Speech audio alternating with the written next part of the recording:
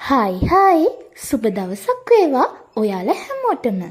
සාරා kitchen SL YouTube channel එකට ඔයාලා හැමෝම ආදරයෙන් පිළිගන්නවා. ඒ වගේම අමතක කරන්නේ නැතුව මගේ channel එකත් subscribe කරන්න. ඉතින් අද මං හදන්න යන්නේ කෙසෙල් වලින් හදන්න පුළුවන් රසම රස කෑමක්. අපි බලමු මේ මෆින් හදන්න ඕන වෙන අමුද්‍රව්‍ය මොනවාද කියලා.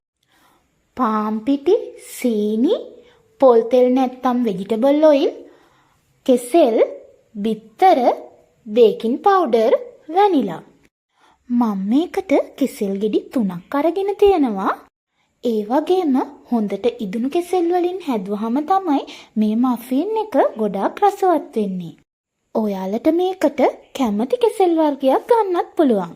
මුලින්ම මම කෙසෙල් ගෙඩි 3 පොතුවියත් කරගෙන මේ විදියට හොඳට පොඩි කරගන්නවා. ඔයාලට මේ කෙසෙල් ටික බ්ලෙන්ඩර් කරලා ගන්නත් පුළුවන්. පොඩි කරගත් කෙසෙල් වලට සීනි ග්‍රෑම් 100ත් පොල් තෙල් මිලිලීටර් 50ත් මම එකතු කරනවා. ඔයාලට පොල් තෙල් වෙනුවට බටර් හරි මාගරින් හරි ගන්නත් පුළුවන්. දැන් හොඳින් මේ ටික මේ විදියට කවලම් කරගන්න ඕන. මේකට අපිට විස්ක් එක පාවිච්චි කරන්න පුළුවන්. විස්ක් එකක් නැති කෙනෙක්ට හැන්දෙන් උනත් මේක කවලම් කරන්න පුළුවන්. දැන් මම මේකට කඩාගත් බිත්තර දෙක එකතු කරනවා. බිත්තර එකතු කරාට පස්සේ විනාඩි 2ක් විතර හොඳට කවලම් කරන්න.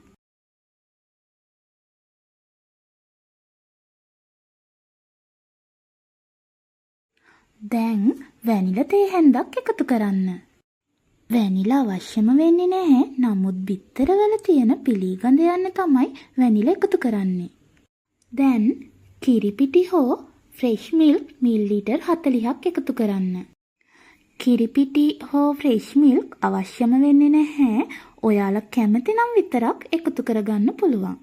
දැන් ලුණු තේ හැඳි කාලක් එකතු කරන්න. මම පාන් පිටි වලට බේකින් පවුඩර් එකතු කරලා හොඳින් හලා ගත්තා. කෙසෙල් මිශ්‍රණයට එක සැරේ පාන් පිටි එකතු කරන්න යන්න එපා. ටිකෙන් ටික කවලම් කරමින් එකතු කරන්න. ඔයාලා ළඟ තියෙනව නම් බනානා එසෙන්ස් කැමති නම් එකතු කරන්නත් පුළුවන්. නැති වුණා කියලා ප්‍රශ්නයක් වෙන්නේ නැහැ. අපි මේකට ගත්තේ කොහොමත් ඉදුණු කෙසෙල්නේ. ඒ වගේම මේ වෙලාවේ ඔයාලගේ oven එක සෙල්සියස් අංශක 180ට විනාඩි 10ක් ප්‍රීහීට් වෙන්න තියන්න.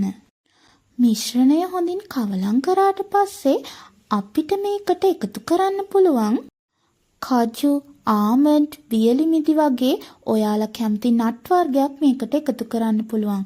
තව ඔයාලට චොක්ලට් චිප්ස් වගේ දේවල් එකතු කරන්නත් පුළුවන්. ඔයාලගේ රස අනුව කැමති දෙයක් මේකට එකතු කරන්න. මේ වෙලාවේ මග ළඟ තිබුණේ මේ වගේ චොක්ලට් එකක්. මම ඉතින් මේ විදියට කෑලි කපලා එකතු කරා. මම කපාගත්ත චොක්ලට් එක මේ විදියට එකතු කරලා හොඳට කවලම් කරගන්නවා.